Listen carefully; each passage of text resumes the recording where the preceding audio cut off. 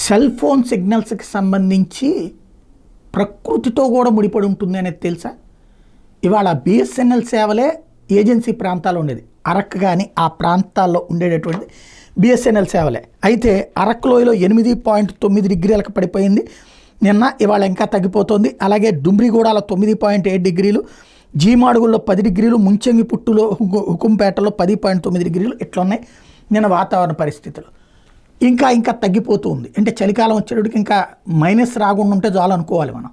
అక్కడ ఇప్పుడు వెళ్తే కనుక చేతులు ఇలాగ బిగుసుకుపోతాయి. అంత చేతులు అండ్ మఫ్లర్లు గిఫ్లర్లు, చేతులు గ్లౌజెస్ ఇవన్నీ పెట్టుకుంటే కొంత కంట్రోల్లో ఉంటాం.